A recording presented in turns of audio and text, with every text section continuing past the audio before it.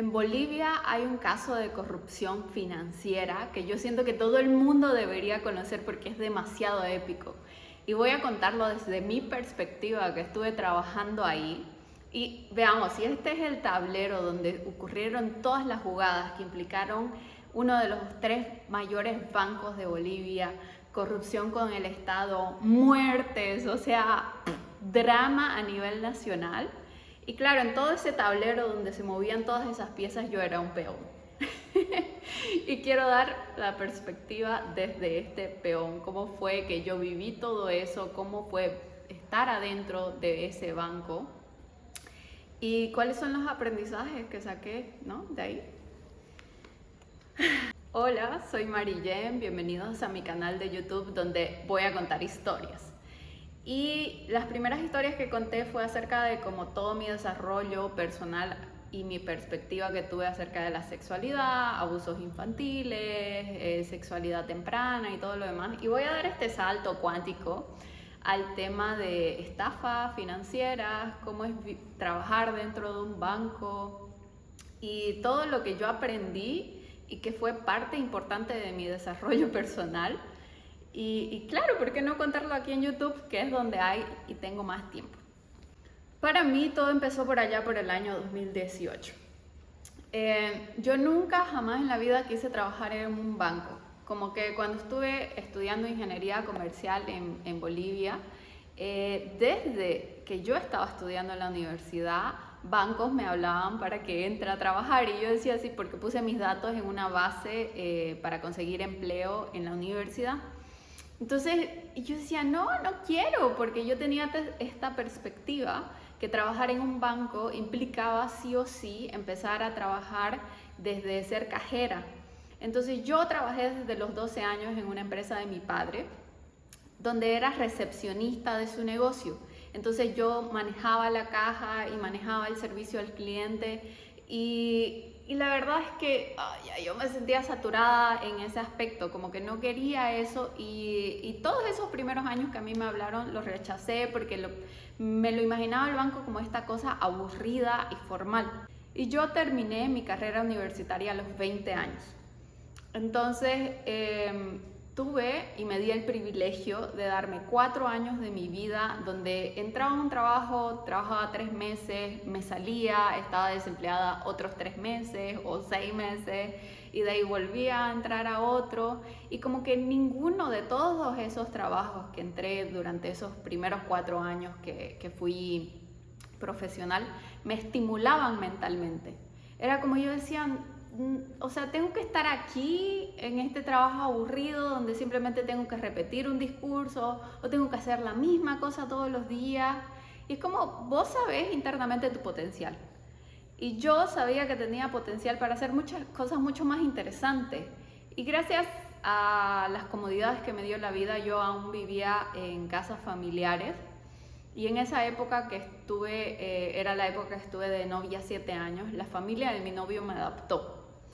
Entonces ya yo tenía asegurada casa, tenía aseguradas comidas y tenía asegurados viajes, porque la familia de mi novio, cuando digo me adoptó es de verdad, o sea, ellos tenían viajes y ya me incluían en todo, o sea, me incluían en los pasajes de avión, me incluían en las comidas, en el alojamiento, entonces yo tenía una vida muy cómoda. El punto es que ya a los 24 años, que es cuando normalmente todas las personas terminan la universidad, yo me dije a mí misma, basta de probar trabajos 3 meses y salirte. O sea, basta, a este ritmo no vas a llegar a ningún lugar. Ya yo comenzaba a sentirme muy decepcionada de mí misma porque siempre como que si terminas el colegio a los 15, terminas la universidad a los 20, yo sentía esta presión de la gente como queriendo que yo haga grandes cosas en la vida, porque tenía como que esa ventaja de edad con el mundo.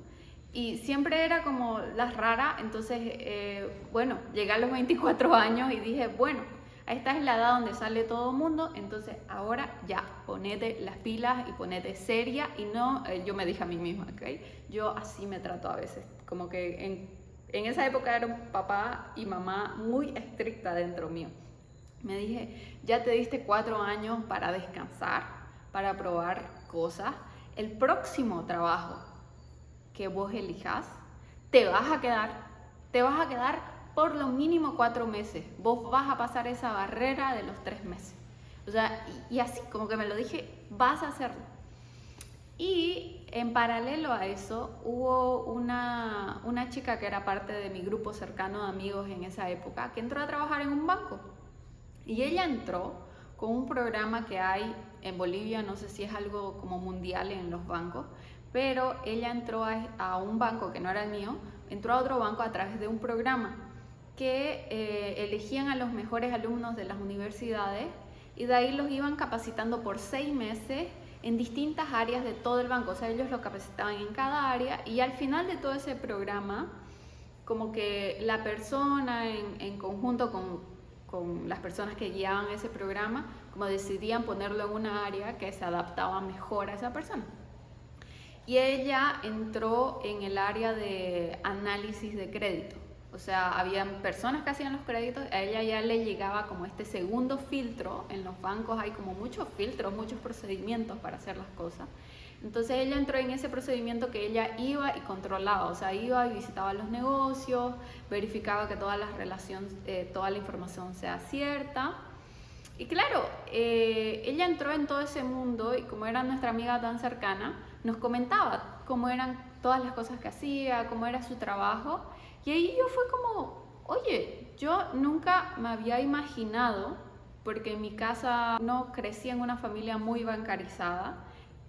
Ya a mi padre toda esa etapa de los bancos, cuando yo me tocó vivir con él ya solamente utilizaba el banco para guardar una pequeña parte de sus ahorros y that's it, porque había tenido muy mala relación con los bancos en cuestiones de crédito, porque antes en mi país, si ya cuando yo entré las tasas de interés son altísimas en el país y ya habían sido reguladas por el gobierno para hacerlas más accesibles para el público en general. En épocas antiguas era una locura. Esa fue mi como experiencia con los bancos. Yo solamente iba a pagar servicios, entonces claro, el único contacto que yo tenía con un banco eran los cajeros y los que te crean cuentas y eso es todo. Y claro, no te imaginas todo el mundo que hay ahí atrás y todos los procedimientos y todas las personas que implican estar trabajando en un banco. Entonces yo al por fin tener un contacto con una persona que me dio como más luces de qué se trata todo el asunto, yo dije, oye, qué interesante como que estar en contacto con los negocios y tener toda esta dinámica de saber qué onda, qué hay atrás de todo ese negocio y por fin aplicar, que era lo que yo más quería en la vida, aplicar todo eso que estudias en la universidad ya ponerlo en práctica, ¿no? Y así fue como yo entré a trabajar en Banco Fácil. Y cuando fui a la entrevista, era una entrevista súper rara, o sea, lo normal en las entrevistas es que sea 1 a 1, pero no, ahí era un team de como, pónganse 10 personas, que después me enteré que esas personas que nos entrevistaron eran como jefes de área, o sea, en una agencia física, que son las que normalmente la gente ve, hay un jefe encargado de esa agencia y esa agencia tiene sus cajeros, su jefe operativo, que es el encargado de los cajeros, tienen las personas que generalmente son como plataforma y tienen los de crédito. Así funciona en Bolivia normalmente. Entonces, y hay una persona encargada de esta agencia, que en Bolivia le decíamos el gerente de agencia o el jefe de agencia, y arriba de esta persona, en jerarquía organizacional, había una persona encargada de como un conjunto de 10 agencias. Y arriba de esa persona había un gerente, y era el gerente encargado de Santa Cruz, por ejemplo, que era la ciudad donde yo vivía. Para que más o menos se ubiquen cómo es en jerarquías, ¿ok? Aquí yo los educo en todos los sentidos. Entonces, en la entrevista de trabajo llegamos, pónganse 100 personas a esa entrevista, un lugar grande, y nos dividieron en grupos de 10 personas y había un gerente de zona o jefe regional, le decíamos nosotros, que era esta persona que se encargaba como de 10 agencias diferentes, que eran las que nos iban a poner ejercicios. Nos pusieron ejercicios así como Nada como súper técnico, ¿saben? De hazme un balance general donde el activo y el pasivo, no, nada de eso. Eran ejercicios para ver tu lógica, para ver tu racionalidad, como para conocer si te animabas a hablar, si podías dirigir equipos. Es muy interesante la entrevista. Era una época en la que yo tenía como 25 kilos más de los que me ven ahora. Entonces, como mi autoestima en esa época no la sentía tan alta. Pero ahí como en la entrevista, como estaba con esta actitud de hoy vas a entrar porque vas a entrar y vas a durar 4 meses porque ya es tiempo de que te pongas seria en la vida. Nada, me di cuenta de que en comparación con todas esas personas, pues la verdad me sentí muy confiada, como que en la vida vos necesitabas más que todo saber comunicar y saber hablar y ser directa. Ahí me di cuenta así como que eso, no importa que a veces que tanta teoría, que tantas cosas tengas en la mente, tenés una ventaja sobre muchas personas si simplemente te animás a hablar. Entonces ahí tengo el privilegio de decir que después de todas las personas que fuimos seleccionadas, que no sé, en el curso, porque ese fue un punto previo para entrar. Para entrar nos seleccionaron como pónganse, 100 personas de las 1000 y tantas que habían entrevistado, porque Dios mío, que entrevistaban a hartísimas. O sea, ese día que fui yo y que éramos como 100 personas, era uno de los tantos días que entrevistaron. Entonces, la siguiente fase a eso para entrar al banco era la capacitación. Entrábamos con 3 meses de capacitación, donde no te pagaban nada y tenías que ir a asistir clases de más o menos 5 horas al día, algo así, donde te capacitaban como distintas personas, charlabas con distintas personas y te iban explicando toda la teoría de cómo funciona un banco, cómo tenés que analizar a las empresas. Porque aquí, bueno, les suelto otro dato de cómo funciona Bolivia. En Bolivia, puede ser que me equivoque en números, así que les voy a dar un aproximado. En Bolivia, aproximadamente 80% de las empresas que existen en el país son informales. ¿Qué quiere decir esto? Que esas empresas no facturan. Hay un régimen en el país que se llama el régimen simplificado. Y dentro de ese régimen hay 4 variantes. Para que vos entres dentro de este régimen simplificado, puede ser que me equivoque, ¿ok? Pero lo que te piden es como que tengas cierta cantidad menos de este patrimonio, que no tengas más de esta cantidad de personas trabajando en tu empresa y en general que se suponga que seas un negocio pequeñito, ¿ok? Entonces ahí vos pagás una cuota mensual que puede ser más o menos, ¿ya? Entre $10 a $100 como máximo. Me estoy equivocando aquí, pero es para que sepan, ¿ya? Entonces tenés este rango que hay 4 categorías donde pagás esa cantidad mensual y listo, no facturás más venta por venta. Entonces tenés una cantidad enorme de empresas del país que entran dentro de este régimen y eso que no todos, ¿ok? La mayoría ni siquiera está registrado ahí, así de informal puede llegar a ser Bolivia. Entonces tenés toda esta masa enorme de población que está generando un montón de dinero, porque obviamente la mayoría de los empresarios del país aprovechan de estas normativas y no te facturan todo. O sea, aquí, es que puedo estar hablando de esto de horas, porque me apasiona cómo funciona mi país, boludo, es demasiado loco. Claro, ya ahora que he ido viajando y como que vas entendiendo más cómo funciona el mundo, decís, joder, cómo funciona mi país. Entonces tenés un montón de personas que no facturan nada, están bajo este régimen, pero en realidad son negocios que venden, pero miles de bolivianos. Y aquí, claro, vos como banco, si te regís bajo cómo funciona el mundo entero, qué sé yo, me imagino que acá en Brasil, por ejemplo, donde estoy, todo el mundo te emite como un recibo o te emite como vos pagas todo a través de internet. Entonces me imagino, puede ser que no sea así, no he investigado acá en Brasil porque no es mi plan volver a trabajar a un banco acá. Pero lo normal en otros países es que presenten todo lo que han vendido y todo eso como se relacione con sus cuentas bancarias y facturen el 100% de las cosas que hacen. Y así funciona normalmente en todos los países. Entonces vos pagás impuestos de acuerdo a todo lo que vendés.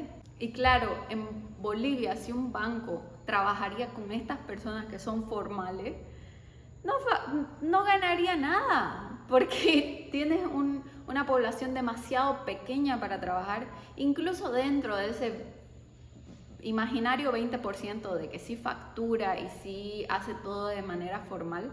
Aún así, estas personas que ya entran dentro del régimen general, de milagro si un 5% de ellas realmente factura todo. O sea, vos cuando vas a un negocio que está dentro del régimen general, ellos siempre te van a decir, ¿necesitas factura? Obviamente si no sienten nada raro contigo, ¿no? Te van a decir, ¿necesitas factura? Y si vos le decís no lo facturan, tu producto que te vendieron. Y a veces incluso como lo facturan menos, o sea, es una chacota Bolivia en todos esos temas, ¿ya? Entonces aquí entra el banco y dice, no, yo quiero dar oportunidades, o no sé si eso habrá sido a través de una implementación también del Estado, porque nosotros estamos siendo gobernados por un partido socialista que es una mierda, no lo apoyo, lo odio, todo lo que quieran, pero dentro de todo eso que vino a ser como un cambio al país, ellos pusieron muchas leyes que sí beneficiaron a la población en general. O sea, sí hay cosas que yo te puedo criticar muchísimo, pero también hay que admitir que fue el primer gobierno que vino a poner normas que beneficien a la sociedad y como que el banco dé apoyo a esta población que antes había sido muy ignorada. Y ahí entran ya los bancos a dar crédito. Y ellos crean, y hay como el Banco Sol, que creo que compartió su tecnología con muchísimos países restantes, de que tienen un sistema en el que tienen que evaluar, o sea, porque si le quieres dar crédito a este panadero que no te factura, pero te genera mensualmente, o ni siquiera mensual, que diariamente te está vendiendo unas cantidades de $2.000, obviamente querés darle y que tiene un margen del 100% de venta, obviamente querés darle a este tipo de personas créditos, pero necesitas crear como toda una tecnología aquí que te permita evaluar. Entonces, bueno, ahí entro yo. Y a mí me capacitan 3 meses sin pagarme nada, porque son los bancos, desde ya lo digo en este video, los bancos son unos hijos de puta con sus empleados. Creo que en otros países los bancos, trabajar en un banco como te da prestigio, incluso probablemente en Bolivia haber trabajado en un banco antes de los años que yo entré, quizás en los 2000, a inicio de los 2000, o quién sabe, antes de los 2000, cómo era, así como, wow, trabajas en un banco. Pero en las épocas que yo entré, los bancos eran unos hijos de puta pagándole a sus trabajadores, ¿ya? Especialmente a los nuevos. Entonces, ¿por qué? Porque yo entro, le doy todo mi día, ya, o sea, todas las personas que querían capacitarse en ese trabajo ya no tenían que estar trabajando en otro lugar, porque esa capacitación te ocupaba todo tu día, no te pagaban, nos capacitaron, nos dijeron que inicialmente iban a ser 3 meses, al final fueron casi 3 meses y medio, casi 4 meses, donde íbamos, gastábamos nuestro transporte, tenías que almorzar fuera de tu casa. Y bueno, no te estaban pagando nada, pero bueno, es como que por esta idea de entrar directamente, saltarte como todos estos cargos que normalmente vas escalando en un banco, entonces tenías obviamente esta ventaja de que ibas a entrar directo a este cargo que es como bueno en el banco, y ese era como el precio que necesitabas pagar, ¿no? Yo creo que es muy importante. A mí me parecía genial, o sea, yo siempre veo una situación desde los dos ángulos, desde yo como trabajadora y desde yo como empresario, porque me crié con un hombre que es empresario, que es mi padre. Entonces es inevitable para mí ver los dos lados. Y yo, desde esta perspectiva de empresario, puta, qué buen sistema que tienen de tener esta masa enorme de personas que entrevistan. pasar a este filtro que siguen siendo como 100 personas que capacitan. Y después de estos 3 meses, ¿saben cuántas personas pasamos y quedamos y nos ofrecieron quedarnos? Como 10. Entre todos los que fueron renunciando y fueron como yendo descartándose en el proceso, quedamos muy pocos. Al final ya entramos a agencia, el último mes, si no me equivoco, ya que nos estás capacitando, es que entras a una agencia a que ya te capacite una persona y veas todo el procedimiento y acompañes y entendas cómo es el mambo de ir y cobrar, de ir y hacer el levantamiento de datos, porque como les explicaba, no hay todos estos negocios, todas estas personas emprendedoras, normalmente no tienen ningún tipo de sistema. O sea, ellas no saben realmente cuánto están vendiendo al mes porque no registran todo, y obviamente tampoco van a saber exactamente cuánto es su margen de ganancia porque no tienen costo. Entonces vos como asesor de negocios tenés que armar todo. Ir a los negocios, visitar, preguntar, tenés como unas preguntas, hacer cruces de información, visitar a los vecinos, ver que realmente no te están mintiendo, ver que realmente abren todos los días. Como que así funciona el asesor de negocio. Y llego yo y digo, oye, me encanta porque ningún cliente va a ser igual que el otro. O sea, yo mucho había pedido y había manifestado en mi vida un trabajo donde tenga que utilizar mi cerebro, donde no me sienta una repetidora, una grabadora andando, donde me sienta estimulada. Entonces yo vi que iba a ser muy desafiante.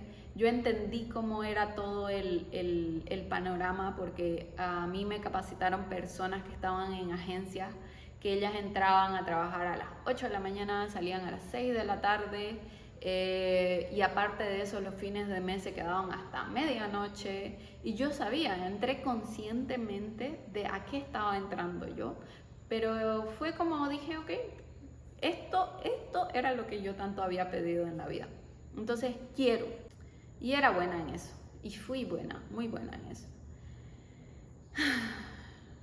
Lo siento porque la historia se me va a hacer eterna, pero ya empecé a hablar, quiero hablar de todo. El punto, para que vean qué tan ratas son los banqueros, especialmente ese banco donde yo estaba, es que todo tiene coherencia en la vida, ¿ok? Nunca ignoren las pequeñas señales porque es la muestra de cómo es el sistema en general en grande. Nos contrataron diciéndonos que íbamos a entrar con el salario básico los primeros 3 meses porque íbamos a estar de prueba. O sea, aparte de esos 3 meses de capacitación que nos plantaron y nos hicieron esperar un mes más para contratarnos, nos dijeron que los primeros 3 meses íbamos a estar de prueba y íbamos a estar ganando el salario básico. En mi país, cuando yo entré por allá por el 2018, el salario básico estaba en $300, al tipo de cambio que sí existía en esa época. Ni los cajeros ganaban esa cantidad porque ellos tenían comisión. Nosotros no, o sea, nos dijeron que había una especie de comisión que era la mayor estafa del mundo, porque yo no, o sea, yo trabajé, spoiler alert, trabajé 2 años rajándome el culo en ese banco. Era una de las personas que todos los meses tenía más productividad ahí, más que todas las personas que llevaban años y que no solamente ganaban el doble que yo, o el triple, o 4. Había personas, colegas en mi misma agencia, hasta 10 veces más que yo, personas que estaban exactamente en el mismo cargo que yo, que obviamente manejaban ellos a los clientes más importantes, sí, porque tenían más experiencia, sí, pero imagínate vos estar trabajando 2 años, ser la persona más productiva en el banco, que casi todos los putos meses te den un puto diploma diciéndote que sos una empleada destacada, pero que sigas ganando todo el tiempo los $300 porque sus incentivos, o sea, por más que eras súper productiva, ni aún así llegabas a los incentivos, al 100% del incentivo, que era simplemente que te dupliquen mi sueldo. Y bueno, yo lo hice aquí, recalco de nuevo, tenía comodidades, seguía saliendo con mi novio de 7 años, seguía estando adoptada por su familia, seguía teniendo casa propia, mi madre me prestaba su auto, tenía todas estas comodidades y gracias a eso fue que me pude dar el privilegio de trabajar por eso en mísero sueldo, 2 años en ese banco, porque yo sabía que era un precio que yo estaba pagando para toda la experiencia que estaba teniendo. O sea, por un lado me enojo porque ratas de mierda, pero por otro lado ellos me estaban dando una oportunidad que no la iba a tener en cualquier otro lugar. En ningún otro banco le daban a una persona como esa oportunidad de tener tanta experiencia. O sea, yo entré a ese banco haciendo... En un banco como el asesor de negocios, lo normal es que tenga niveles, o sea, te da créditos desde, hay los micro, que son los que realmente le dan crédito a ese que vende pastillas en la esquina, a esa señora que tiene su puestito de vende empanadas en la calle, le dan, o sea, realmente hay, o sea, es buenísimo que haya ese tipo de bancarización para estas personas, o sea, hay créditos desde lo más pequeño, creo que era $500. Entonces hay personas que se encargan de dar, en mi banco no eran tan pequeños los créditos, eran desde $2.000, creo, no, $5.000 lo más pequeño, y como hasta 20.000, creo que habían personas que daban como ese rango. Pero yo entré en un rango que podía dar desde eso, pero era una pérdida de tiempo, lo siento. Yo los mandaba, porque había personas encargadas para eso, yo les mandaba con otras personas. Pero había desde yo, lo que yo debería haber dado era desde $10.000 en adelante. Y cuando digo en adelante, o sea, yo no me daba cuenta de la magnitud que significaba el cargo, porque mis primeros créditos fueron como de $350.000. Puede ser que en otros países eso no sea mucho, pero en la economía de Bolivia, donde las personas como yo, que eran muchas del país, por ende, que lo normal para una persona en mi país sea que al año ganen $3.600, al año ganen $3.600, que yo haya entrado y haya podido dar créditos de $200.000, $300.000 en mis primeros meses, era como, wow. Entonces sí, yo sabía que no iba a tener como esas oportunidades de ganar tanta experiencia, porque es lo mismo, ¿sabes? O sea, es lo mismo haces la misma cantidad de visitas, haces el mismo cantidad de análisis, haces como la misma cantidad de cosas si es que das un crédito de $10.000 versus si das un crédito de $100.000. O sea, es como los mismos procedimientos, pasas por los mismos filtros en el banco, es el mismo trabajo. Entonces, yo tuve esas ventajas, digamos, de entrar en el banco y tener todo ese tipo de experiencia. Viéndolo desde mi perspectiva de profesional, genial, pero viéndolo desde otra perspectiva, es una alerta, chicos, era una alerta. ¿Por qué? Porque en ese banco, spoiler alert, ya no existe más, porque ese banco fue intervenido por el Estado en el año 2022. Si no me equivoco, estoy segura que sí. En ese año el banco fue intervenido por el Estado y porque había muchas operaciones irregulares, ¿ok? Hicieron muchísimas cosas que no se deben hacer. Entonces aquí ya como que los hago reflexionar un poco, que fueron cosas que ya yo reflexioné hoy en esta edad adulta, muchos años después. Que era como, imagínate, estaban capacitando a personas desde cero, ellos te enseñaban cuáles eran las normas y obviamente todo el mundo tiene libre albedrío y yo y cualquier persona cuando entra a ese tipo de cargos donde manejas harto dinero, o sea, tenés que tener en cuenta que tus decisiones ahí pueden ser muy graves, o sea, vos haces cosas indebidas en esos lugares donde estás manejando harto dinero, porque a ver, un poco de conocimientos básicos aquí le doy. ¿Cómo funciona un banco?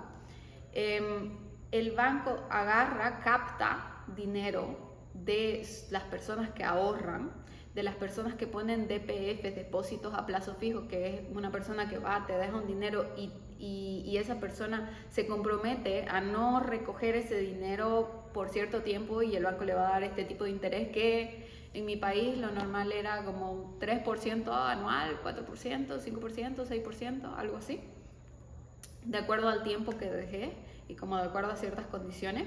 Pero imagínate, al año a esta persona le están pagando este 3, 6%, o también recoge dinero a través de bonos, a través de socios, o sea, tiene el banco muchas maneras de captar dinero.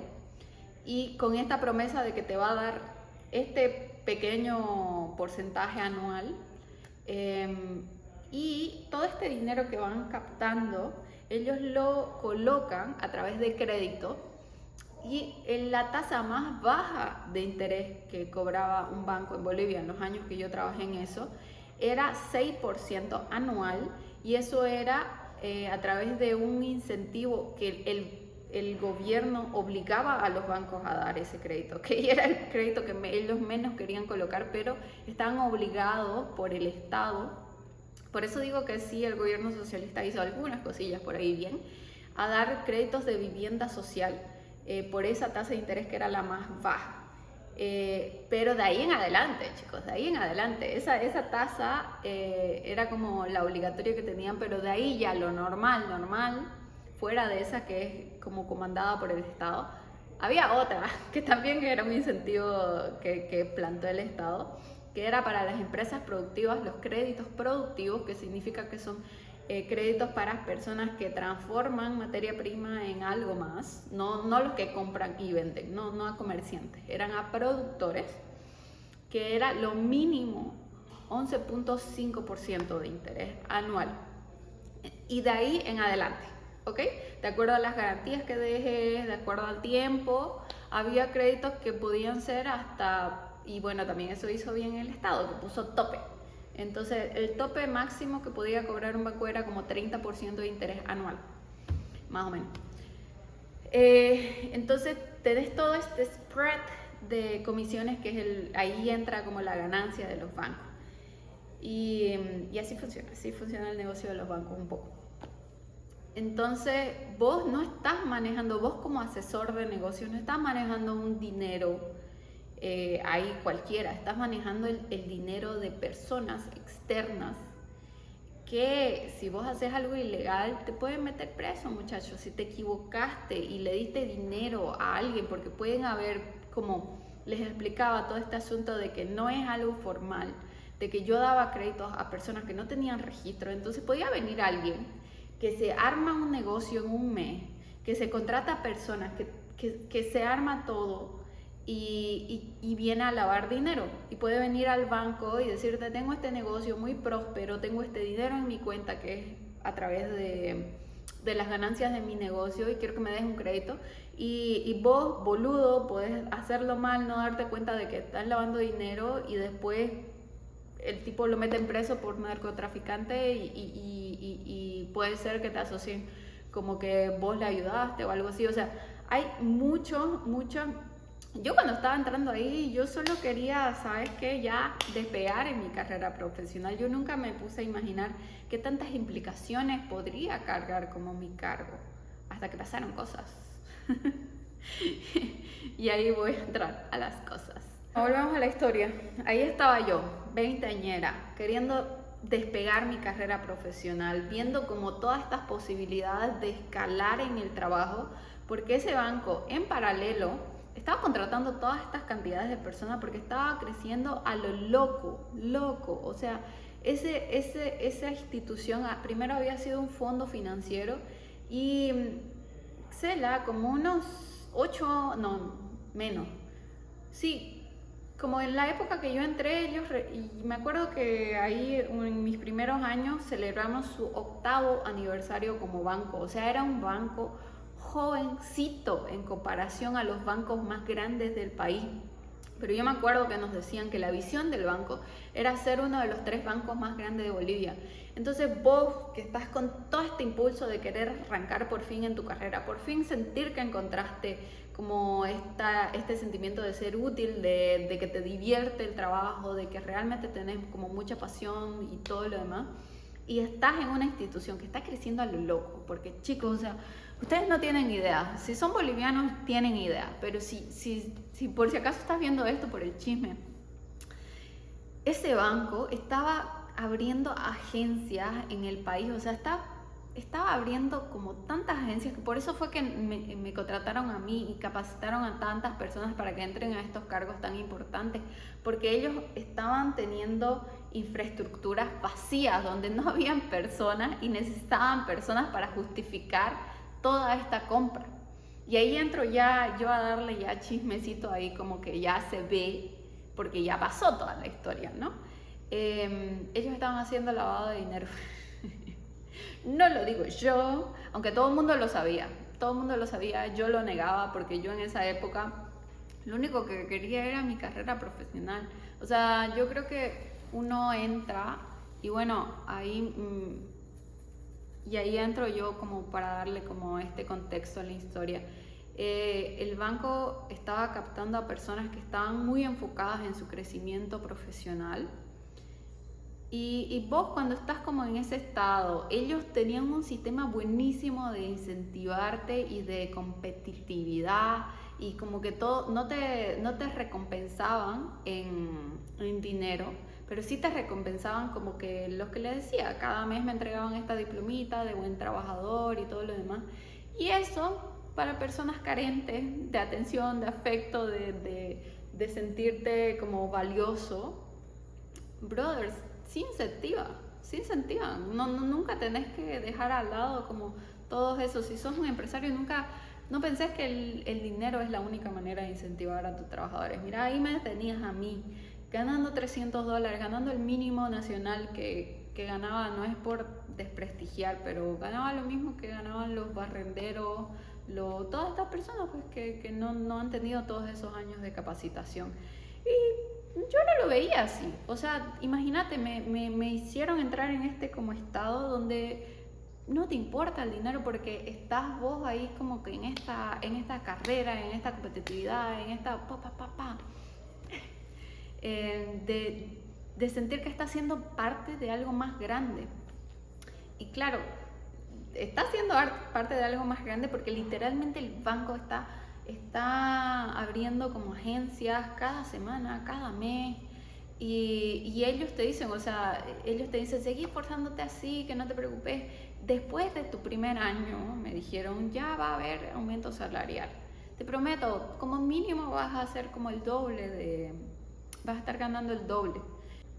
Y también me incentivaban como en esto de, ¿sabes qué? Mira que tantas agencias están abriendo, va a ser muy fácil porque van a necesitar ellos jefes de agencia. Imagínate, o sea, puede ser que no estés ganando mucho, pero vas a tener la posibilidad de ser una jefe de agencia, de tener como que esta experiencia de tener personas a tu cargo y ya de tener eso en tu currículum. Entonces te incentivaban con muchas cosas más que no eran solo monetarias. Y bueno, en estos 2 años a mí me pasaron cosas interesantes.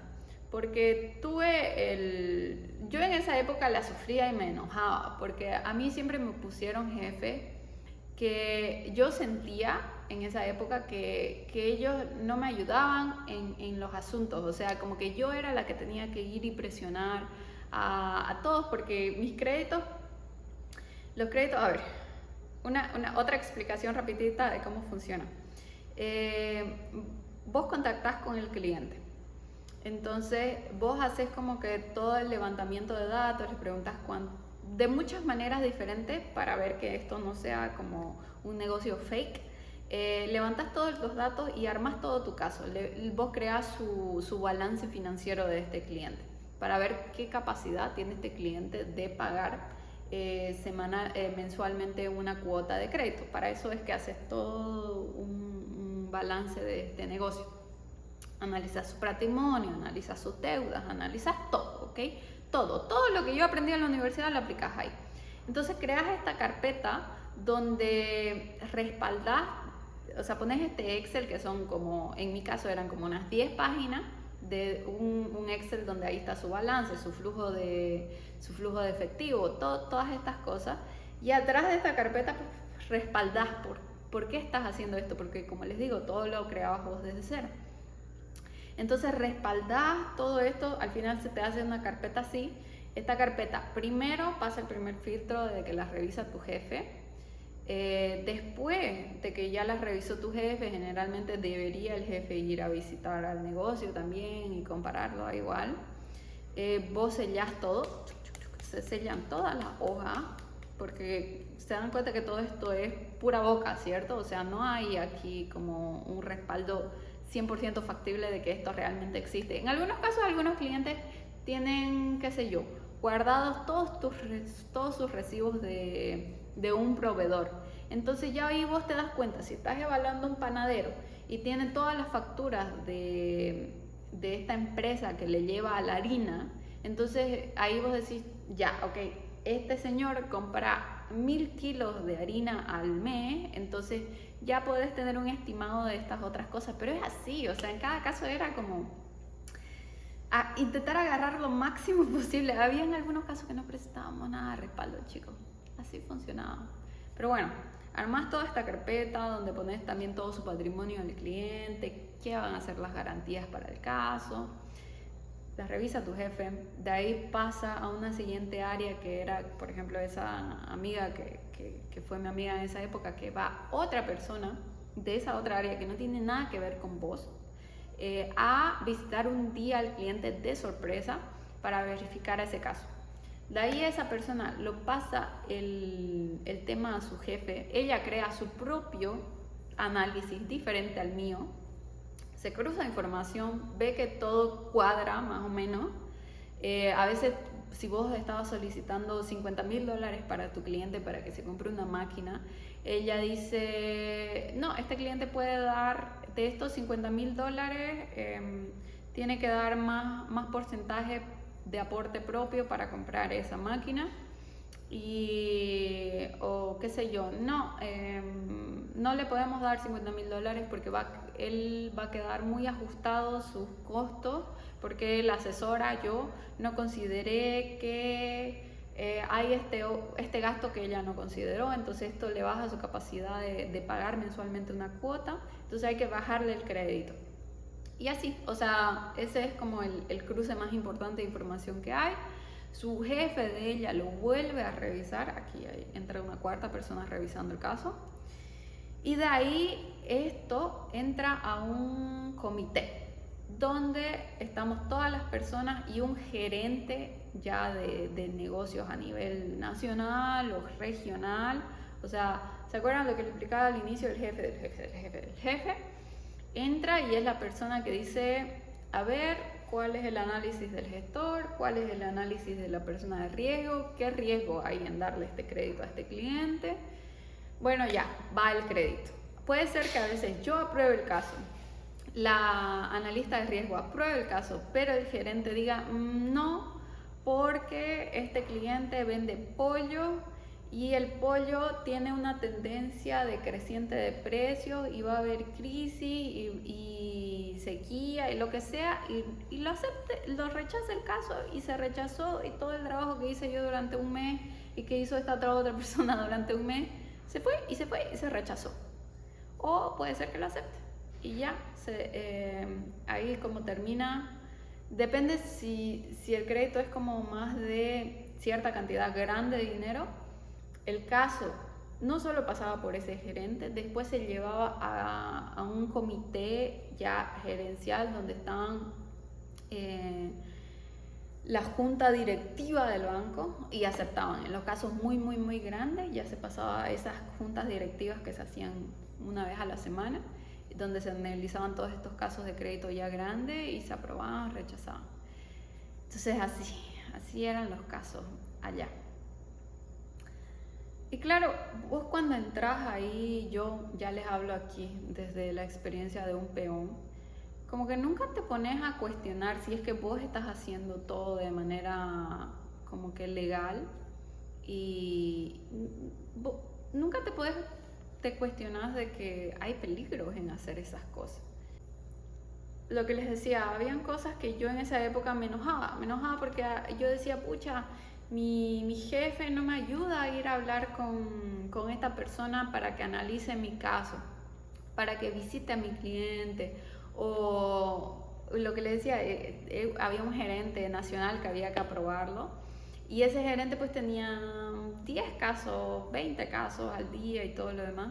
Y a veces vos ya estabas ahí cerca del mes o tu cliente tenía un compromiso para comprar, entonces necesitaba con urgencia aprobar ese caso o X, Y, Z motivo.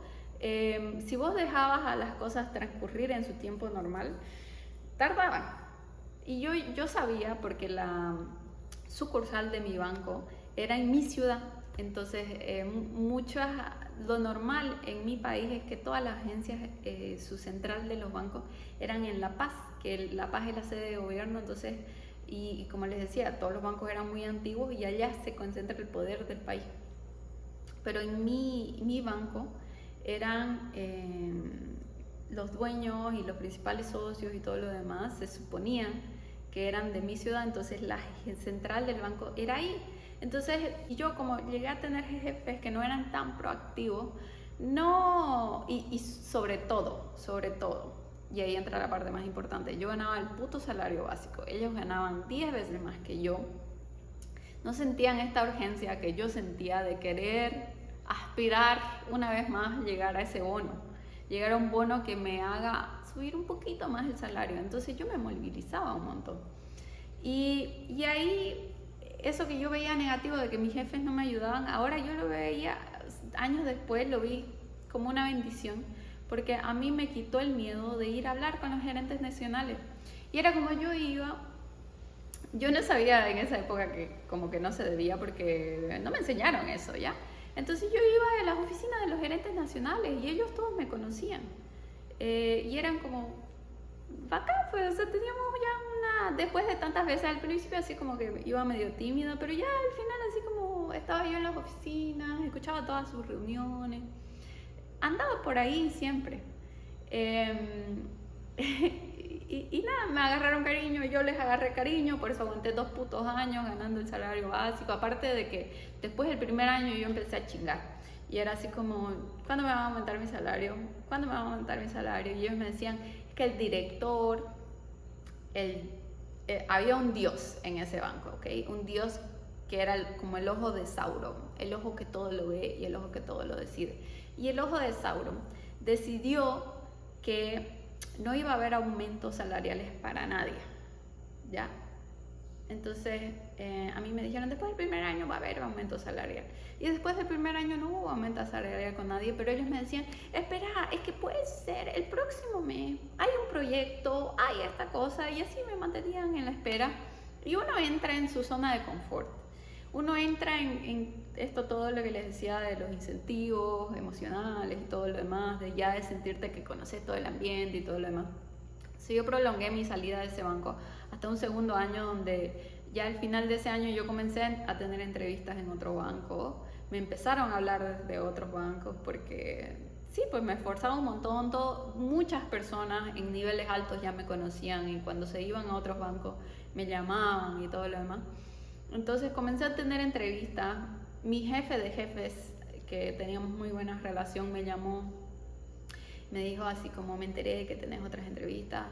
Y yo le dije sí, porque ya sabe, y me dijo, él ya me había dicho, ya habíamos tenido una charla, que él me dijo que si ya no había más posibilidades, porque él estaba charlando con los gerentes, de que si ya no había más, se agotaban todas las balas de que realmente no me iban a subir de sueldo, que me vaya y que él me iba a volver a traer. Entonces tuvimos esa charla donde me dijo, ok, vete a otro banco, te libero. Eres libre, Dobby, toma tu media, puedes irte a otro banco, intenta ganar lo máximo en otro banco para cuando yo te vuelva a traer acá, pues ganes más, ¿no? Entonces así fue como yo me fui a otro banco, salí de esa realidad, porque vos cuando entras a un trabajo, vos pensás que ese mundo en el que estás viviendo es así. O sea, imagínate, y fue mi primer banco, entonces vos pensás que todo lo que viviste, así es como funciona la vida, así es como funcionan los bancos. Y ya yo me fui de pasar a un banco que estaba en el mayor crecimiento, que llegó a ser el tercer banco más grande del país. Yo me fui al banco más pequeño de Bolivia, a todo el banco más pequeño del país. Y eso tuvo cosas muy interesantes, porque ellos eran como si hubieran seguido en épocas muy atrasadas, como que todos los bancos ya iban por este camino de ser unos...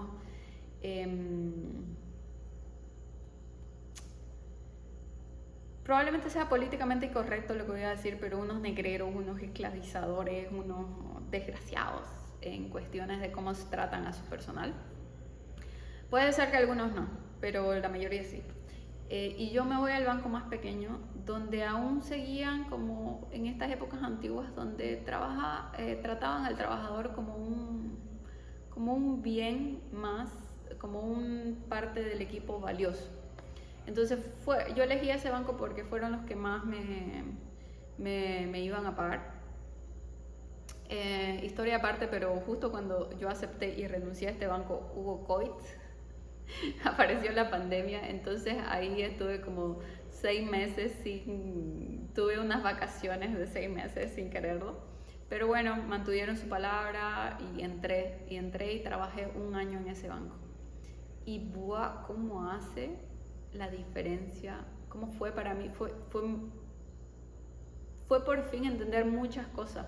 Como que yo, como les digo, entré a esta realidad donde así eran las cosas que funcionaban y yo nunca me planteé otras posibilidades, pero sí yo veía a personas que entraban al banco, a ese banco que se llamaba Fácil, que no aguantaban, o sea, personas que ya tenían experiencia, que entraban 1 mes y no aguantaban, lo odiaban y se salían, porque ya yo me di cuenta en este otro banco que entré, que yo en Fácil hacía el trabajo no solo de una persona, no solo de 2, no solo de 3, hacía el trabajo como de 4, porque yo no solo era la persona que daba crédito, yo era la persona que le abría la cuenta bancaria a los clientes, que eso se llamaba plataforma, es conocido en plataforma como Bolivia o no sé cómo se llamará acá, pero la persona que es ahí de atención al cliente que te abre la cuenta de banco, yo hacía ese trabajo. Yo iba y visitaba al cliente, en otros bancos habían personas que iban y visitaban y hacían la alza de datos, entonces ahí ya era otra persona más. Como que en otros bancos el asesor de negocios solamente analizaba esos datos y lo pasaba a la siguiente área. Entonces, bueno, yo hacía como todo este análisis. Y cuando ya, o sea, esa es como la parte inicial. Y cuando ya vos vas teniendo como que todos estos clientes en tu cartera de clientes y no siempre esos clientes van pagando puntualmente, ¿no? Y no solamente tenés los clientes que vos has dado crédito, te asignan ya clientes que están en las agencias, que su asesor renunció o quizás en otra agencia tienen, lo que pasaba en Fácil, que otras agencias tenían, que eran muy antiguas, tenían, qué sé yo, 10 millones puestos en crédito y habían agencias como la que yo entraba, que las que entré, que eran nuevitas, o sea, llevaban meses de creada, que obviamente solamente tenían los créditos que esta persona había dado y era como, ¿cómo puede ser que hay asesores en estas otras agencias que un asesor tenga 10 millones en cartera de crédito y esta persona tenga solamente, qué sé yo, medio millón? Entonces te asignaban cartera.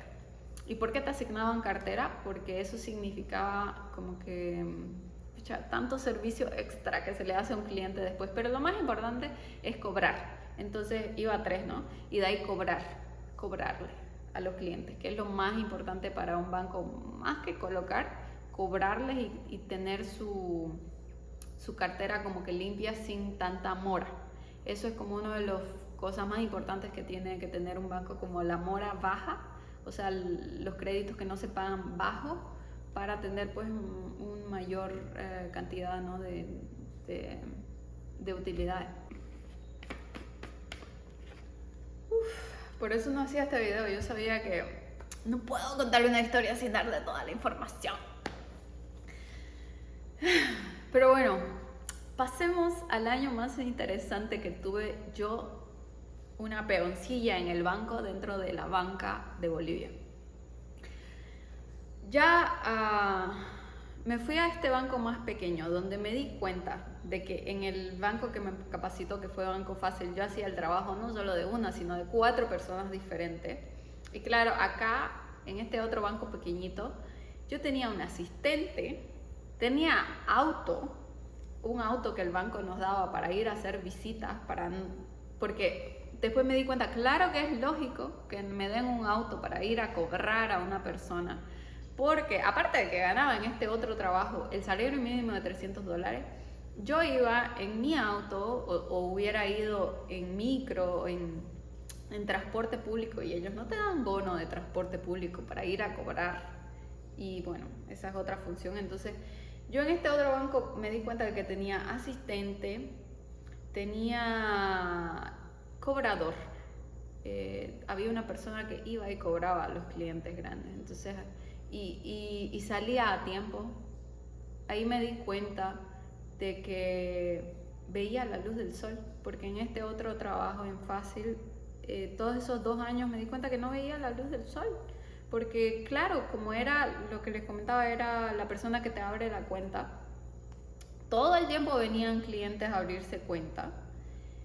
Y a mí me convenía porque uno de mis objetivos para comisionar, que tampoco lo lograba nunca, chicos, era captar dinero. O sea, aparte de colocar crédito, una de las metas más importantes que tenía era que los clientes ahorren conmigo. Entonces, no, mis clientes de crédito no llegaban a esas metas, entonces yo aprovechaba también para abrir las cuentas, así esas personas ahorristas también me ayudaban a incrementar. Pero claro, eso me tomaba el trabajo era de 8 a 4 de la tarde. La mayoría del tiempo me la pasaba abriendo cuentas porque no había, en mi agencia no había una persona exclusivamente de ese cargo, porque ahí este ojo de Sauron que controlaba todo se dio cuenta, oye, ¿por qué estoy contratando más personas como plataforma, se llama, ¿ok? Como plataforma, si tengo todos estos trabajadores que podrían hacerlo también?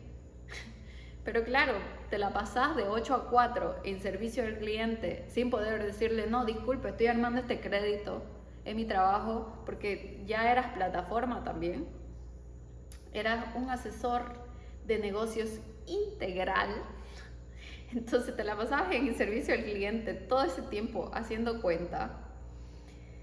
Después de las 4 que ya cerraban y ya no tenías a un cliente ahí en tu oficina, recién podías hacer ya el crédito.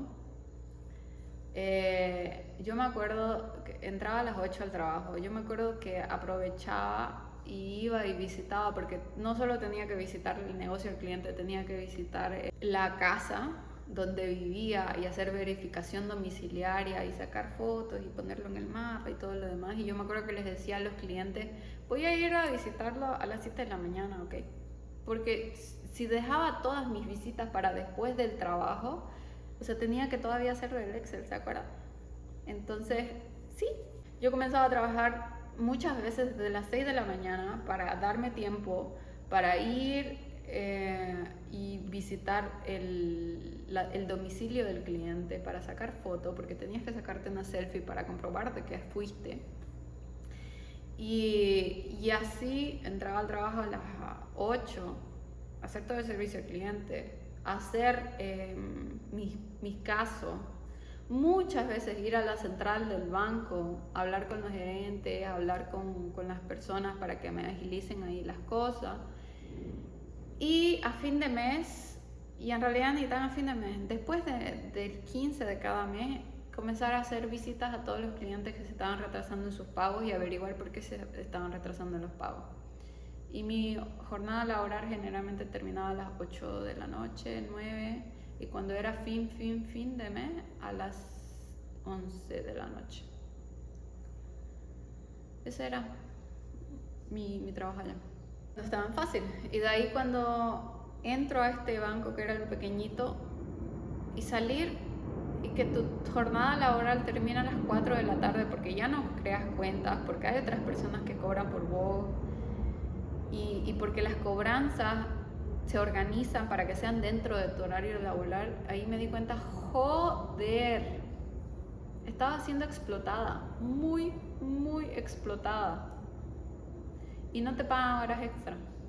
No te pagaban horas extra porque yo me acuerdo que cuando mi amiga me comentó que entraba a trabajar al banco y ella me decía que trabajaba estas otras horas, que era otro banco y igual trabajaba un montón de horas extra, yo le decía, pero no te pagan horas extras, trabajas tantas horas y no te pagan.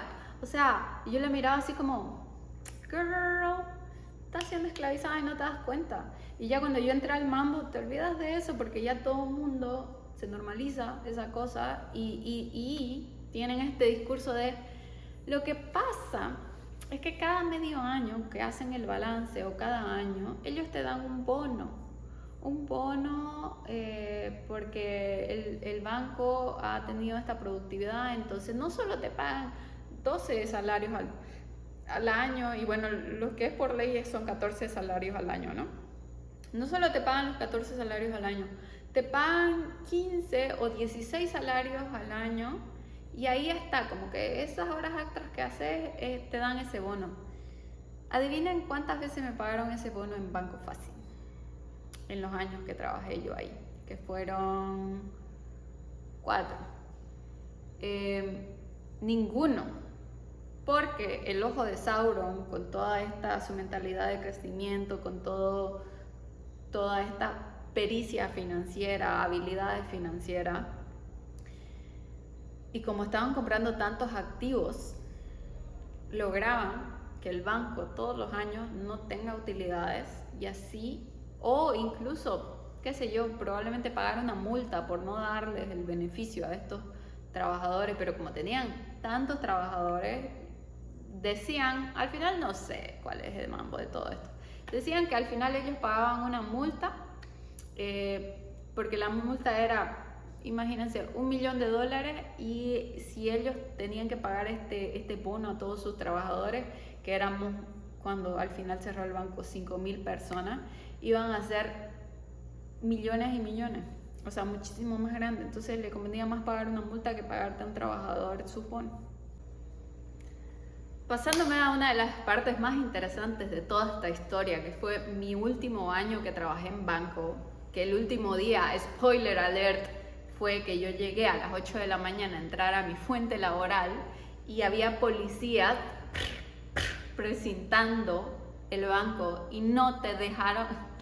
Imagínense que no te dejan entrar, que tenés muchos artículos personales en tu oficina. Imagínense a todos los que trabajan en oficina en este momento, que venga un policía y en la mañana no los deje entrar a su trabajo. Imagínense que tantas cosas personales quedan ahí adentro. No nos dejaron entrar más y así terminó mi historia en banco. Siento que hice fake news al iniciar el video diciendo que iba a contar como que todo lo que yo supe acerca del tema de la estafa, el tema de, como el tema más macro, y todo se convirtió en un video hablando de mi experiencia entrando a un banco y como develando un poco cómo funciona todo el sistema y cómo fue mi experiencia, ¿no?, de vida ahí. Pero bueno, para que vean que realmente a mí me gusta que una persona entienda toda la perspectiva micro para que entienda lo macro. Así que espero que continúen para ver la segunda parte, que ya ahí entro más en ese tema. Y como siempre, si nunca esperen menos de mí, que yo siempre voy a dar como mi historia pequeña dentro de esta gran historia que fue lo que pasó en mi país y cómo me afectó, ¿no?, a mí personalmente. Y bueno, yo estoy viajando ahorita y obviamente, ¿quién no quiere hacer dinero y como ir creciendo su marca personal mientras está viajando para poder continuar viajando? Así que suscríbanse, síganme en mis otras redes sociales, los quiero. La verdad, les soy sincera, yo dudo que alguien se haya quedado hasta este punto, no sé quién le puede interesar esa historia, pero si fuiste uno de esos raros que se quedó hasta acá, por favor, no seas un fantasma y hacémelo saber, aunque sea escribirme un punto en los comentarios para ver que realmente hubo alguien que se quedó hasta acá. Pero bueno, esta es una de las cosas que uno hace por amor al arte, como que lanzar productos por ahí con este riesgo de que probablemente nadie le vaya a interesar, pero quién sabe. Besitos. Bye.